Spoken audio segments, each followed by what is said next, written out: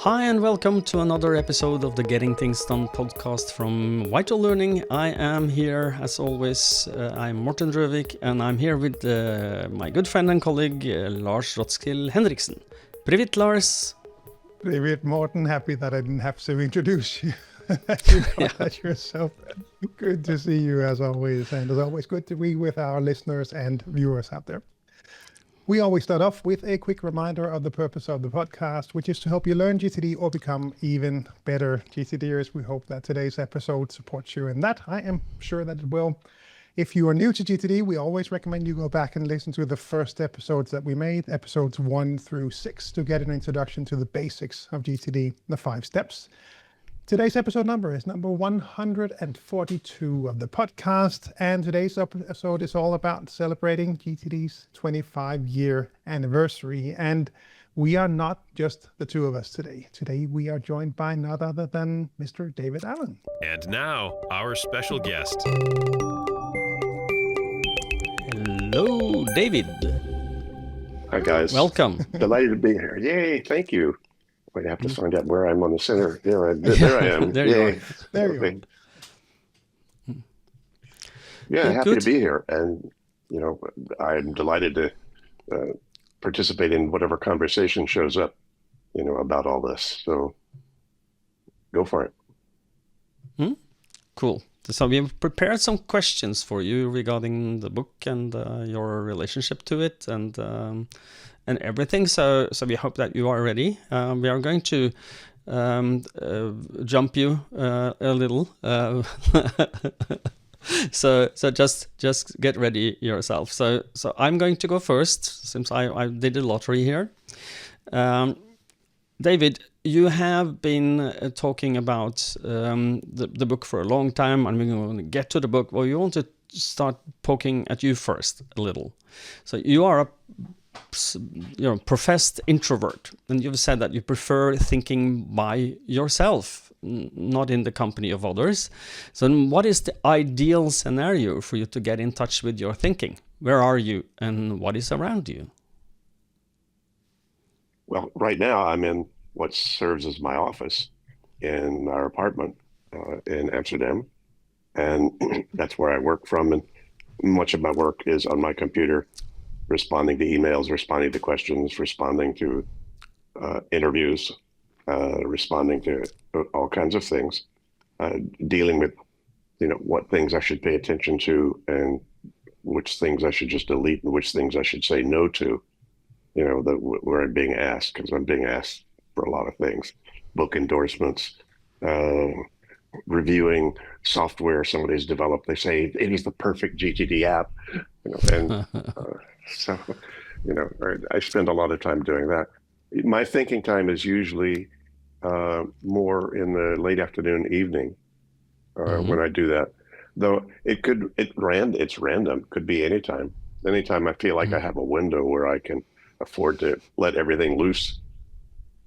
I think when I was writing Getting Things Done, I made the mistake of thinking I could be in a breakfast meeting with a client, you know, on the East Coast. I could then do a stand-up seminar all day long, have a drinks with a client after that, and then get on a plane to fly back somewhere, and thinking I could write the next chapter.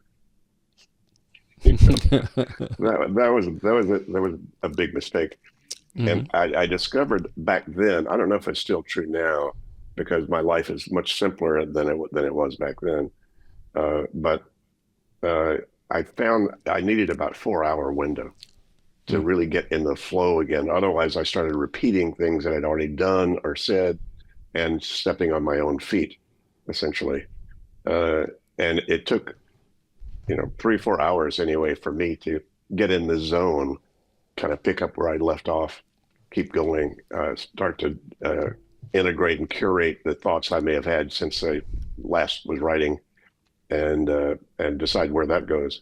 So, and once I discovered that it was easier for me to grab random ideas that would then potentially go into the book somewhat ad hoc.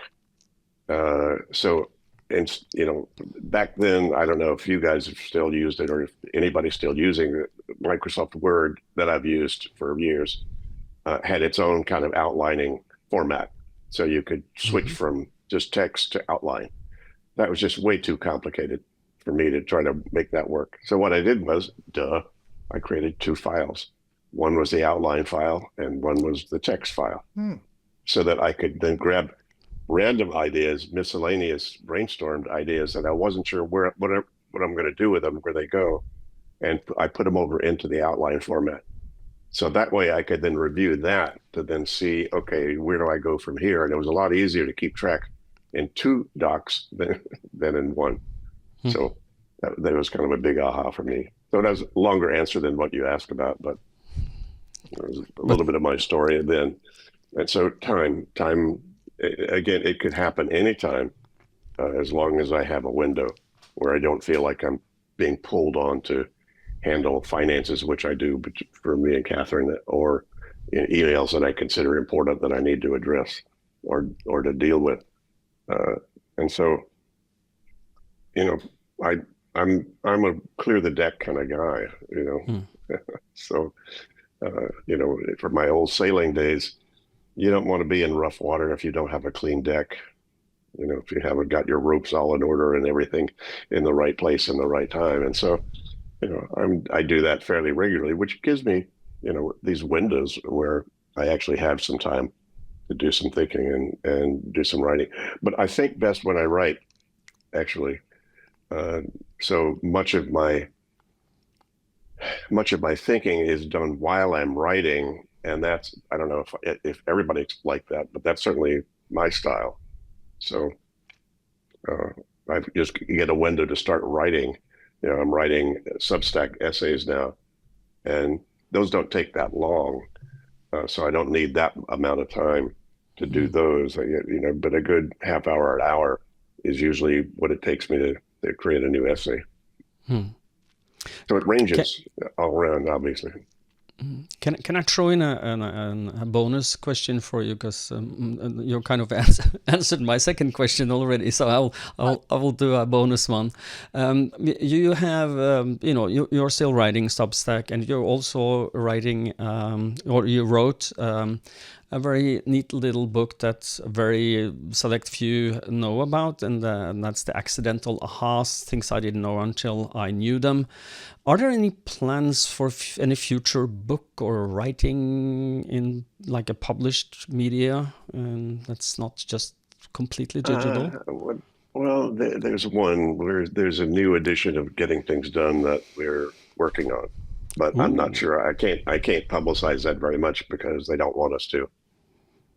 It's going to be probably a couple of years before anything may show up out there. But yeah, so that's.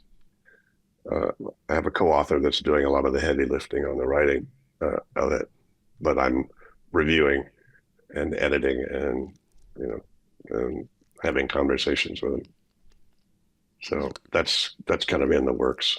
And we sent Penguin a copy of Accidental Ahas. If they wanted to do anything with it, I'm not holding my breath, because I just wrote it for me and for our birthday party. And that was kind of a unique event to the 25th anniversary and my 80th birthday. All happened. We had one party to sort of celebrate all that, and so I produced that little booklet, which I think was great. It was fun. It's perfect bathroom reading. I've incorporated it in my morning routine when I drink my coffee and read news. I have one, what you call it, 2 pages of ahas that I and it's really good. So I would love for that to be published at some point in time for the wider audience. I just heard from Julie Flagg, my wonderful now retired OBGYN doctor, and she keeps it by her bedside, and every morning when she wakes up, she turns to a new aha, and she says that gives her sort of juice to get going. So Yeah, inspirational. Yeah.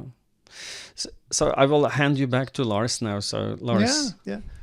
No, I was just thinking, it's kind of like a mini Ready for Anything summarized. So that's at least kind of how I've used the Ready for Anything book, like go in there, read an essay and go back out. And this is sort of the quotes version of Trigger in that same sense. I'll keep the software review question in mind. So I won't ask you to see how my GT software is doing now. I'll jump back to the questions that Morten and I worked on, and the first one that showed up on my list was one of the somewhat common ones for us as well, which is, what's the most common misunderstanding among people who say, I do GTD, and are they the same mistakes in 2026 as they were back in the early 2000s when the book first came out? I think so. I haven't done any kind of rigorous surveying and, or interviewing people, about that. But we still meet people that think they've got GTD down, and then the second year that they decide to read the book again, they go, "Oh God, I didn't really get it all down yet." So usually it takes about 2 years for people to sort of cook on it, and usually, I guess the majority of the time they come back and say, "I just made it too complicated. I'm coming back. I'm coming back to the simple." And so the simplification, as you know, sophistication is when you make things simple. That's very, very difficult and challenging, and very elegant when you can do it. So I think the 4 years that it took me from the time I pulled the trigger on the initial edition of getting things done had a lot of simplification. And my first editor, the first line editor of getting things done, the draft of the book, I thought line edits. I mean, I'd never published a book before. I was thinking, what, are they going to screw up my languaging and my voice? What is a line editor going to do? And when it came back, the line edited version was so cleaner than my original draft. As I said, it's kind of like she gave my prose a bath, and what I'd taken 25 words to say, she said in 12. And didn't lose my voice. As a matter of fact, it enhanced my voice by simplifying it. So that was so inspiring to me. I rewrote the whole book with her edits, so starting from scratch. And I wrote it because I figured that would train me how to think like a line editor. And so, that's helped a lot in terms of all of my writing since then. So simplify, simplify, simplify. Yeah. Be really lazy. Remove friction. Yeah. Well, it'd be nice if you could be lazy and do that, but it takes work. Yeah. But it takes. The work is the muscle that you have to use called think. Exactly. Wait a minute. Is there an easier way to say this? And usually when I simplified it, it made it more meaningful. And it took it to another level. That's why when tweeting was the thing to be doing, and I did, I probably did over 1,000 tweets, and I love that because if you had to reduce a thought to 140 characters, it forced me to think at a different level.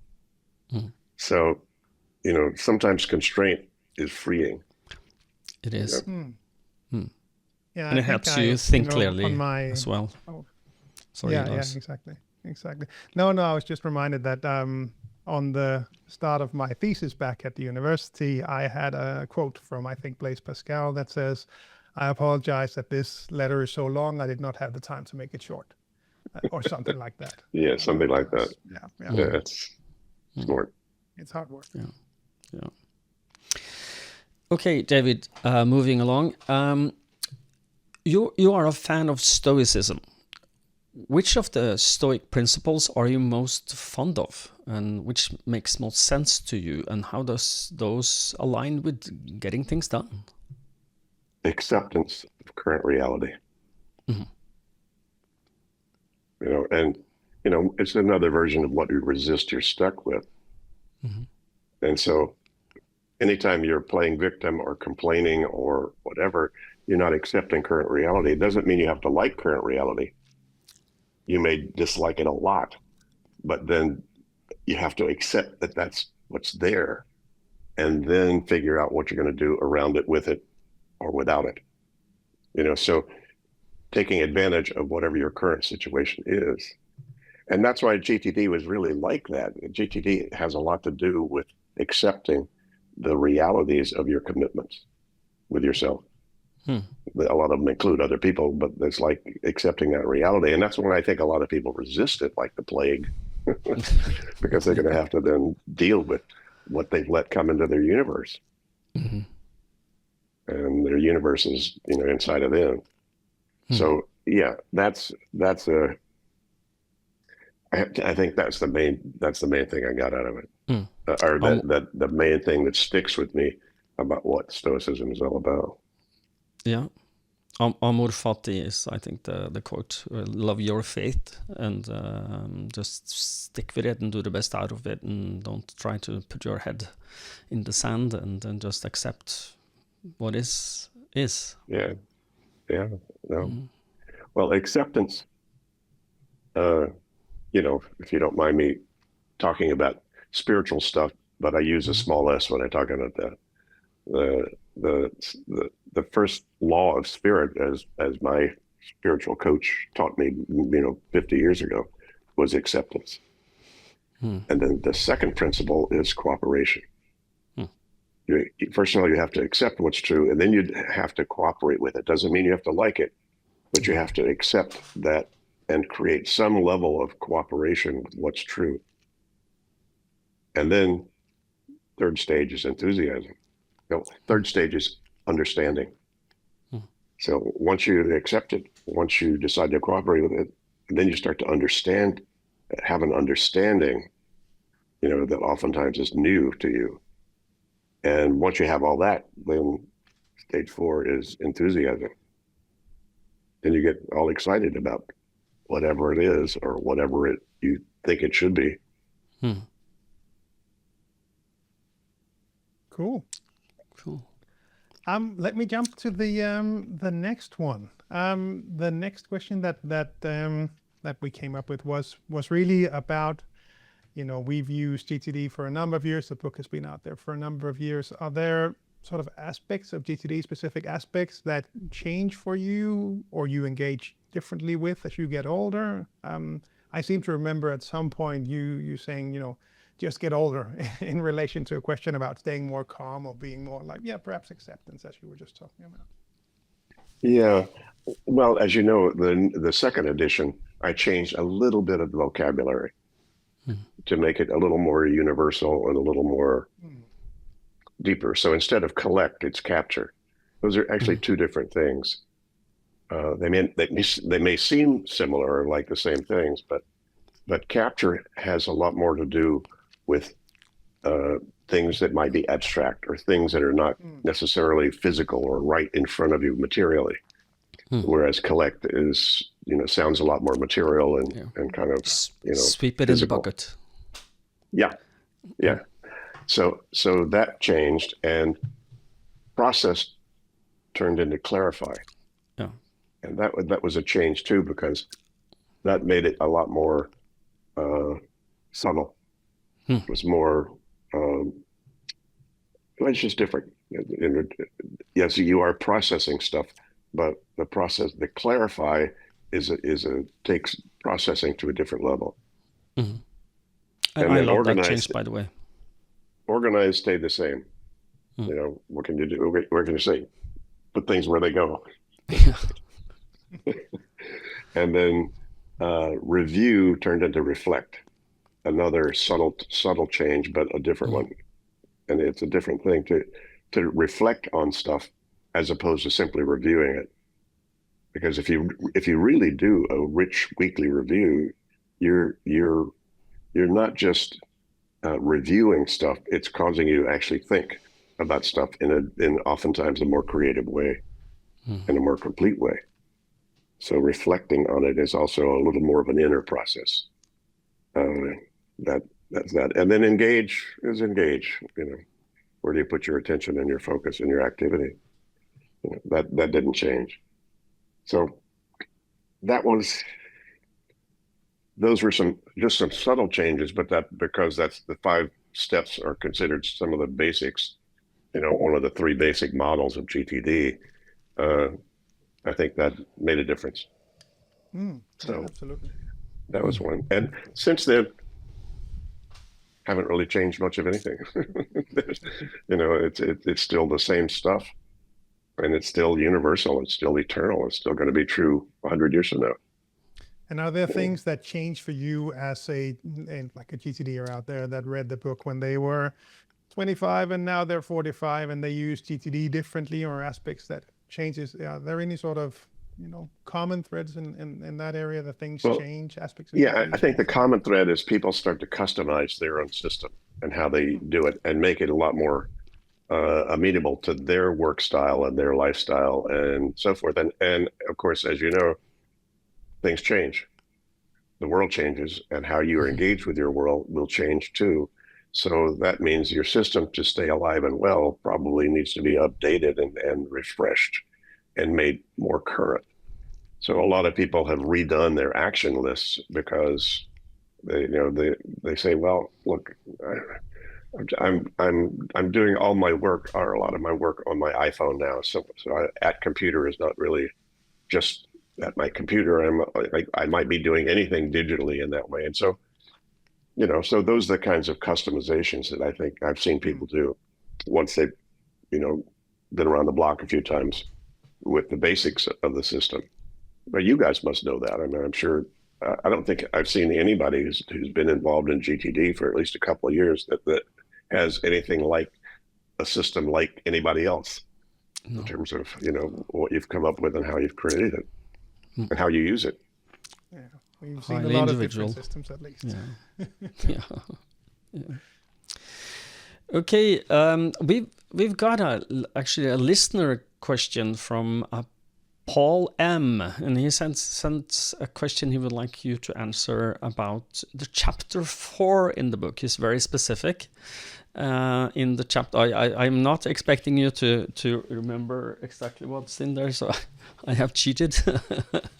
But it is the chapter 4 is the part where you talk about the basic processing tools, like the in-baskets, rubber bands, paper clips, and filed folders, and that's also in the 2015 edition of the book. So in the digital age of AI, and do you think that those chapter 4 basic processing tools are still as relevant as it was in 2015?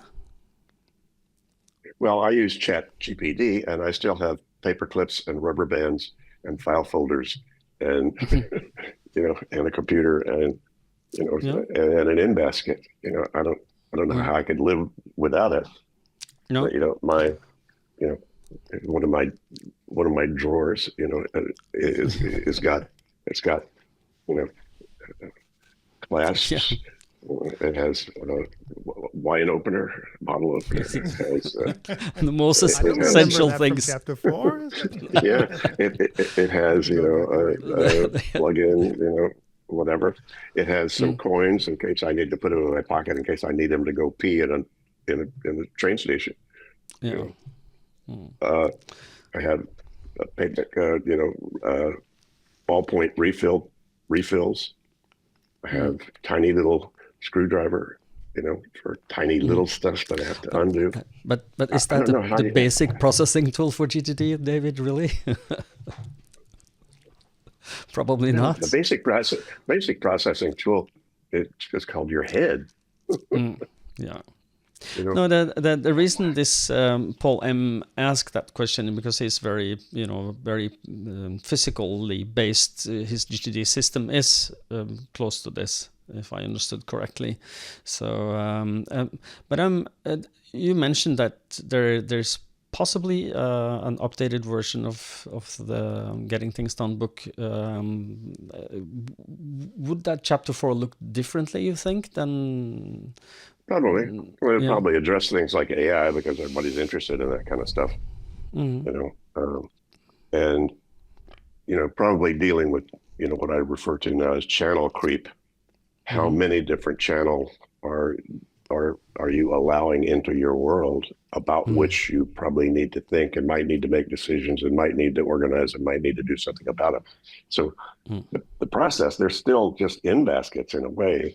So whether it's Slack or Asana or Evernote, or any or Microsoft Teams or Google Meets, all those things, if you're allowing those into your world, you've still got to process those things or clarify what about that you need to do anything about or make a decision about.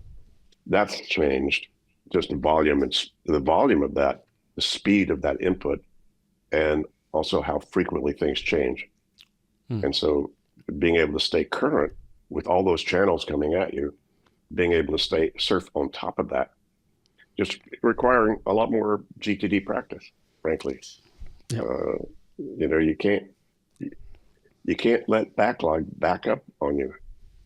If you do, you won't really trust anything you're doing as much as you could. So, how many things do you allow into your world that you then need to clean up, clarify, organize, and then reflect on, in terms of decision making, etc. So I think that's the main thing that's changed. And there's nothing new except how frequently things are new. Yeah. And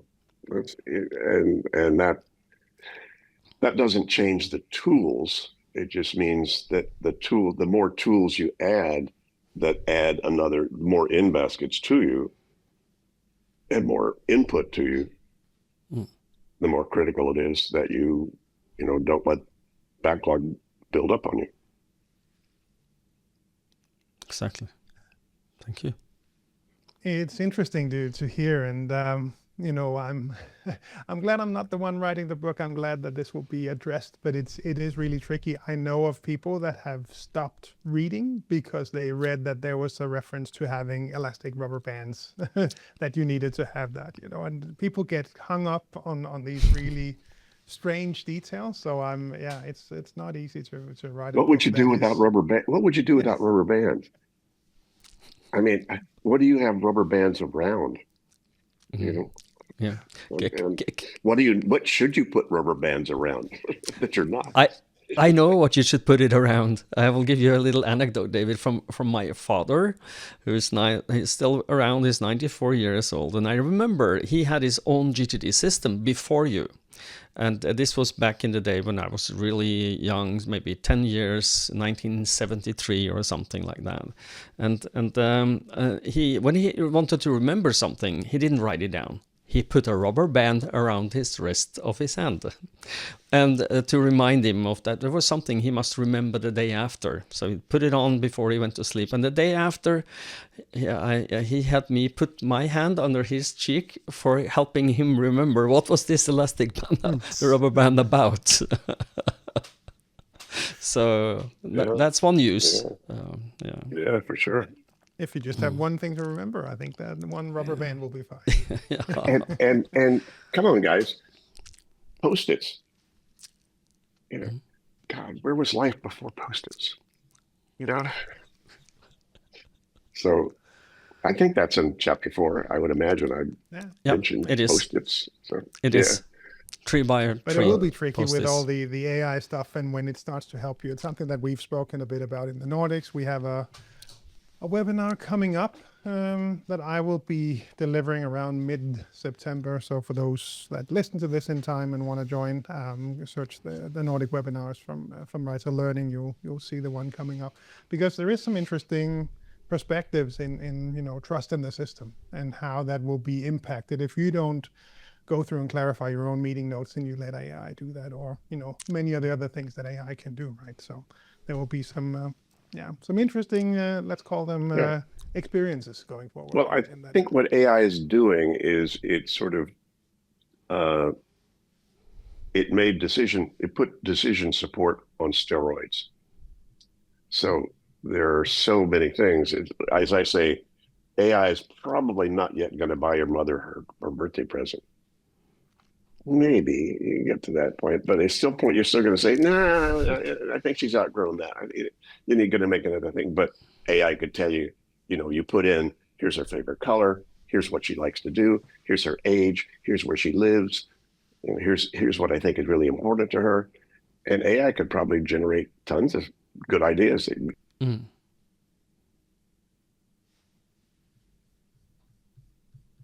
Into more of a content curation mode as opposed to just remembering content. So I think it's going to allow people to graduate their thinking level to more of a curation level than it has been before. So you're going to see a lot of options now to think about you never thought about before, but you're still going to have to make a decision. Which one of those matters to you? And if so, how does it matter to you? And what are you going to do? So it could bump people's consciousness and their conscious work and life up to another level. It probably has already for a lot of people. I'm curious to see how that goes, because I can also see a world where it goes the other way. And that kind of relates to my question now, that we will, engage in too many things at the ground level, and that makes it harder to look at the higher horizons. And that was really relating to my next question. We see a lot of GTDers, people pick up on, capturing stuff, clarifying, they get the list set up, they get their projects list, perhaps even get to Horizon 2, they have the areas of focus set up. But Horizons 3, 4, and 5 are some that people seem to struggle a bit more with. Are they not specific enough for people? Is it just hard? What would you point to that is kind of the cause of this? Beats me. I don't know. If you don't know where you're going, any road will do. Yeah. And so a lot of people wind up down any road and go, how'd I get here? Well, you weren't focused on something that put you on what you would consider a better road, and so forth. And some people actually, it's rare, but some people actually are more comfortable starting at the higher horizons and then drilling it down to more operational levels. Let me think about my mission, or let me think about even just my job description before I can really do a core dump or do a capture. We've seen that a few times, not a lot. No. Most people, it's a lot easier for people to, create an action on something and then figure out, wait a minute, what's the project that's driving that action? Or wait a minute, why do I have that project? The 5 whys, and then that'll, move them up the ladder. But, again, as you guys know, GTD doesn't proselytize any of that. I came up with the 5 horizons just to say, how do people actually really set their priorities? And, I tried to get it as simple as I could. I couldn't get it any simpler than those horizons. I tried, but they're very different content. On, level Horizon 2 or 3 or 4 or 5. Those are different contents. So anyway, ultimately everything should be evaluated by the top levels. Is this on purpose? Does this really matter to me? Those are top horizons to focus on. You don't care where you work as long as what's true. You don't care what kind of work you do as long as what's true. You don't care who you live with as long as what's true. So those are operational for people all the time. How conscious they are about that is another story. How conscious they need to be about that is still another story. If you're about to merge your company or hire somebody, you better ask yourself, what really matters in terms of who we bring onto the company right now? Well, that's a standards level. That's a principle level. What really matters in terms of who you hire, how you work with them. So those things are going on all the time. I just made it a lot more conscious and more objective. So in case it would be useful for you to be doing some more constructive thinking at those levels, yay, I gave you a model to use for thinking that. Well, I just recognized that model. Again, I didn't really make GTD up. I just recognize what we do to get things done with as little stress as possible. Yeah. So that's why it's kind of hard to punch a hole in it, because you can't get it any more simple than that. No, I couldn't anyway. Probably not. I'm trying to poke a hole in GTD for all my time that I've been looking at it, trying to find holes, and I still can't find them. So you did good, David. You did. Well, I just defined a game. People, as I've often said, I'm not a motivational speaker. No. I'm not a habit change expert. There are other people who do those things much better than I do. I figured my job, I just defined the game. Whether you want to play it or not, how much you want to play it, how long you want to play it, that's your choice, not mine. I'd have burned out a long time ago if I expected to have motivated everybody to go do this stuff. I just went, here's the manual, go for it, or as much as you want to go for it. Yeah. And as you guys know, a lot of people think they do GTD because they have the book on the shelf. I have the right book. Works better when you read it. Yeah, both Lars and I have a lot of your books behind us, I think. But we have read it several times. Yeah. No. I had somebody tell me he read Getting Things Done 20 times. It was a totally different book every time he read it. It's true, because he was a different person every time he read it. Yep. So things would stick out to him that didn't stick out before. Yeah, I can recognize that. Not probably not read it 20 times, but I'm several. You certainly talked about it that much, for sure. No, for sure, that I have. That there's a question that we probably you've touched on it, but is there anything that you would change if you had it with the Horizons model, if you want to build it from scratch today, or is it, will it be changed in a new book, you think? No, I don't think so. No. Okay. No, nothing. The model has worked so well for so many people. In so many different ways that, you could probably add spin to any one of those horizons. Yeah. You could probably say, well, here's different ways to think about your areas of responsibility and, whatever. And so there probably more methodologies, about how you might apply those or how they might be useful to you. But I still think, I'm talking to somebody, I say, great, what's your job? What do you have attention on in terms of your work? Why? Cool. Yeah. No, makes sense. And I think for me also that, GTD is just the foundation, the basis for how I engage with all this. But then, as you said, there are many different, other methodologies that you can perhaps fit in or slot in there depending on your needs and when that shows up. At least for me, most recently, OKRs showed up as a way for me to simplify my system. So I merged that in with the goals and the projects and adapted my system to hold that as well. So I think that makes sense. Yeah. From a more practical level, anything on your someday maybe list for GTD now? Any projects you've parked, never activated, anything else? We know you mentioned the new version of the book already. Anything else? Writing my memoirs. That's been on my someday maybe list for probably 20 years. And haven't even started.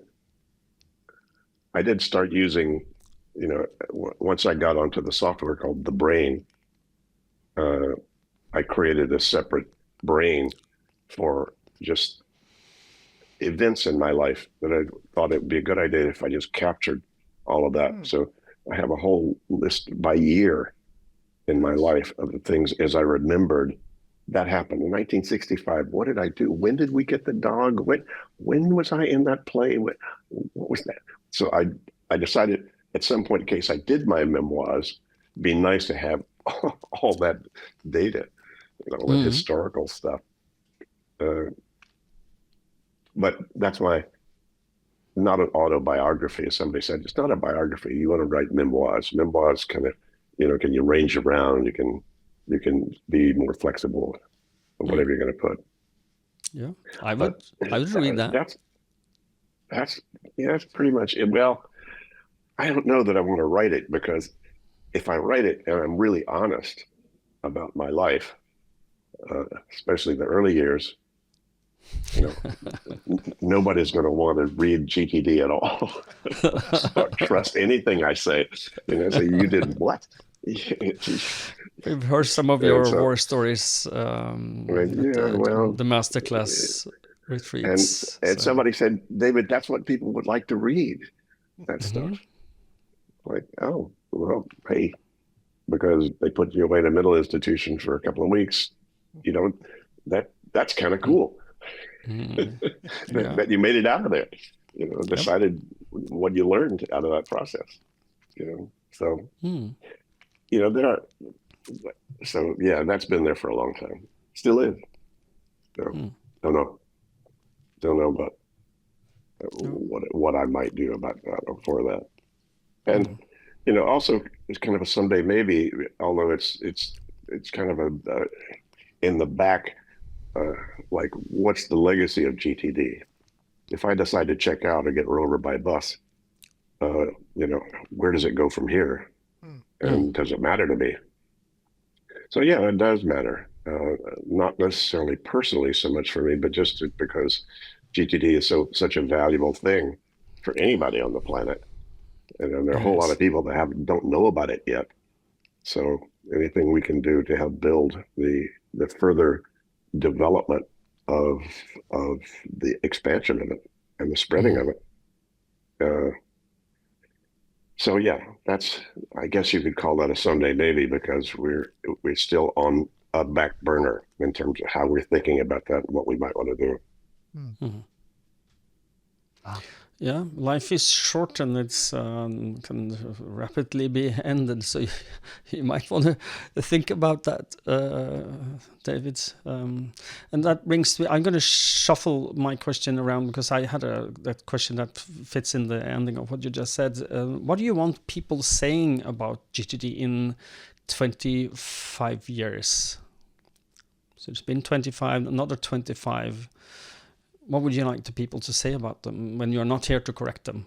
What would you say? It's a good question, but I would think it'd be the same thing anybody says who kind of gets GTD. Say, wow, this is transformational. Wow, this really helped me. Whatever. This allowed me to change my career. This allowed me to, save my marriage. This allowed me. God knows. I mean, the testimonials are legion. About it. You guys know, you've been around people who can attest to those kinds of changes that implementing GTD, facilitated. So I can't say anything different than that. No. So. Yeah, cool. Thank you.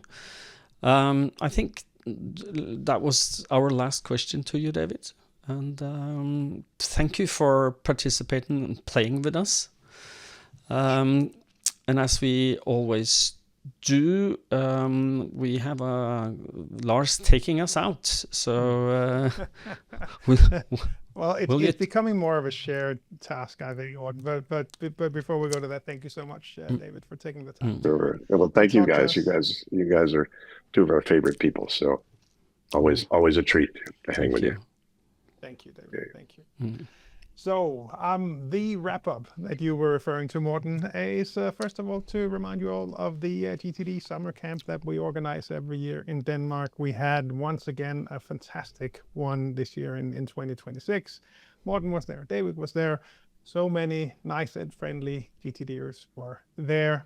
Of course, we're planning to do another one in 2027. So if you want to be notified when we open up, we always let previous participants know. We'll send you an email when we open up for signups. If you're not on that list and you perhaps would like to join us, just send me an email, lars@vitallearning.dk. I'll add you to the list and we'll make sure to let you know as soon as we open up. I am no doubt that 2027 will be another fantastic GTD summer camp in typically mid-June.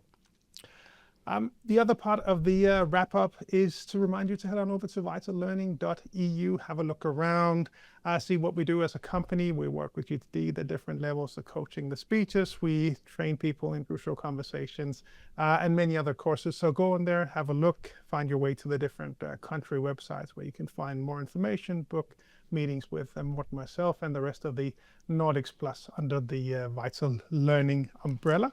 If you are outside the Nordics, then head on over to gettingthingsdone.com to find your local partners. And lastly, we have our masterclass retreats that we also like to remind people about, right, Morten?